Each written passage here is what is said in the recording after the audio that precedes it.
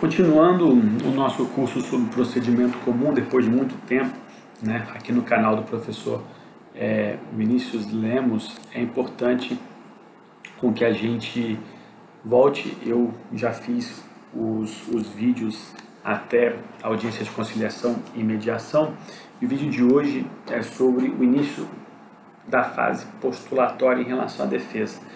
A fase postulatória em relação é a postulação do autor, compreende a petição inicial, o que já foi dito, e agora eu vou falar sobre as atitudes do réu no processo. O réu foi citado, teve audiência de conciliação ou não, e quais as atitudes que o réu pode tomar?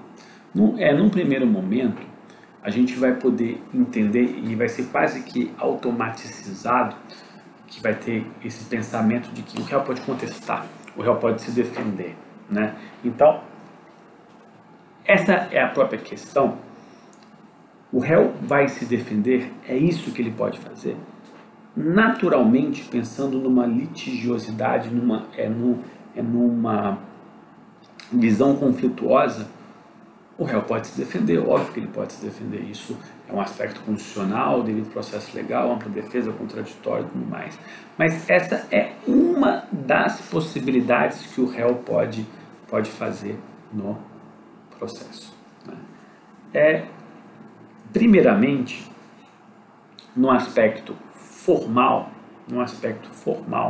meramente formal, o réu pode apresentar uma simples petição pedindo a arguição de impedimento e suspeição do juiz, membro do Ministério Público ou auxiliar da Justiça. Então ele pode pressionar falando assim: olha, eu tenho convicção, eu tenho aqui uma argumentação de que o juiz é impedido ou suspeito do Ministério Público ou um auxiliar da Justiça. Então ele coloca que tem esse problema justamente processual, em que o juiz não pode julgar, o membro do Ministério Público não pode atuar porque tem impedimento ou suspeição. Isso é uma defesa do réu? Não é uma defesa do réu porque ele não está se opondo, ele não está fazendo nada em relação a isso, mas falando: eu não posso ser julgado por esse juiz, ou tem suspeição em relação a isso. Então é uma manifestação como aqui uma resposta do réu. Ele respondeu à ação como um todo. Pode fazer isso e contestar? Pode, a gente vai ver sobre isso. O segundo ponto é, ainda processualmente, se tiver um litisconsórcio multitudinário ativo, o que significa o litisconsórcio multitudinário? Ele é facultativo, ele é ativo e tem várias pessoas. Ele não precisava ser um litisconsórcio, mas vamos supor que o autor juntou vários autores, o advogado do autor juntou vários autores naquele processo e aí distribuiu uma ação só, né? Vamos supor ali, cancelamento de voo. Ao invés de entrar com uma ação para cada um, porque cada um tem direito, juntou todos, conseguiu angariar todos que estavam naquele voo. Então ele entrou com uma ação para 100 pessoas, uma ação só. Os fatos são conexos, mesma causa de pedir, apesar que os pedidos podem ser um pouco diferentes, mas a mesma causa de pedir. Pode fazer isso? Pode. A lei autoriza. O juiz vai dar uma sentença só, vai definir as questões fáticas, mas que isso pode tumultuar a defesa. E o réu, no prazo da contestação, pode falar assim: não consigo me defender porque o litisconsórcio ele traz aqui uma dificuldade de defesa pela quantidade de pessoas. Aí ele pede para desmembrar esse litisconsórcio. Ele pede o desmembramento do litisconsórcio multitudinário. O prazo para a contestação é interrompido e depois que o juiz decide se ele desmembra ou não, ele vai ter novo prazo para a contestação. Então ele se manifestou, trouxe uma questão eminentemente processual, dificuldade de defesa pela quantidade de autores, e depois ele vai ter direito de defesa. Então isso é uma resposta do réu. Segunda resposta do réu. A terceira resposta do réu é algo que a gente não está tão acostumado, que é o reconhecimento da procedência do pedido formulado pelo autor. É plenamente possível, e isso é uma sentença de mérito, né? O 487 fala que o autor, o réu pode reconhecer o pedido do autor. Concordo. Concorda? É uma manifestação do réu? É. É uma resposta do réu? É. É uma defesa? Não. Não é uma defesa. Ele não está nem se defendendo, ele está reconhecendo que o autor tem razão. Terceira manifestação do réu ao receber a citação e tudo mais.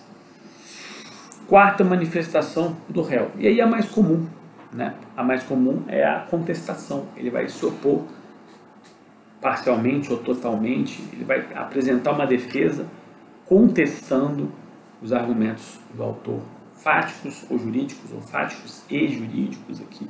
Ele vai trazer a oposição, ele se opõe, ele contesta, né, os argumentos do autor. A gente vai estudar muito sobre a própria contestação como direito de defesa.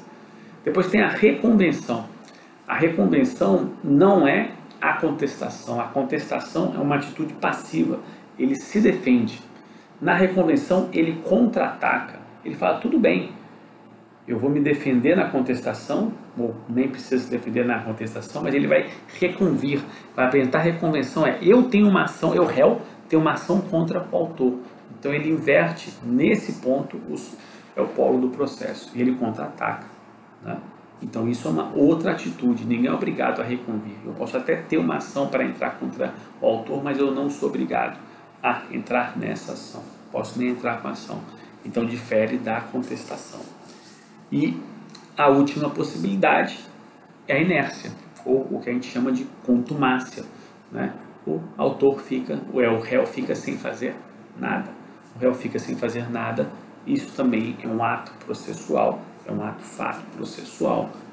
Ocorreu no processo, traz consequências jurídicas, então ele é uma atitude omissiva do réu, que vai ter impactos processuais, que vai gerar ali a contumácia, vai gerar a revelia no aspecto processual, no mínimo, e depois a gente vai ver sobre o aspecto material. Então aqui são 7 as possibilidades de resposta do réu. Então, a contestação é a resposta do réu? É como resposta defensiva padrão. Mas nós temos 7 possibilidades aqui, que você tem a possibilidade que o réu responda a sua convocação ao processo. Na próxima aula eu vou falar sobre a contestação como peça de defesa do réu. Dentro da contestação a gente vai falar sobre as hipóteses de defesa, no mais vai ser uma aula bem longa e a gente continua na próxima aula, né? E quem gostou dessa aula, não só dessa aula como do curso, como do canal, se inscreva para receber as novidades. A gente volta na próxima aula desse curso completo de procedimento comum no processo de conhecimento. Eu sou o professor Vinícius Lemos, voltamos na próxima aula.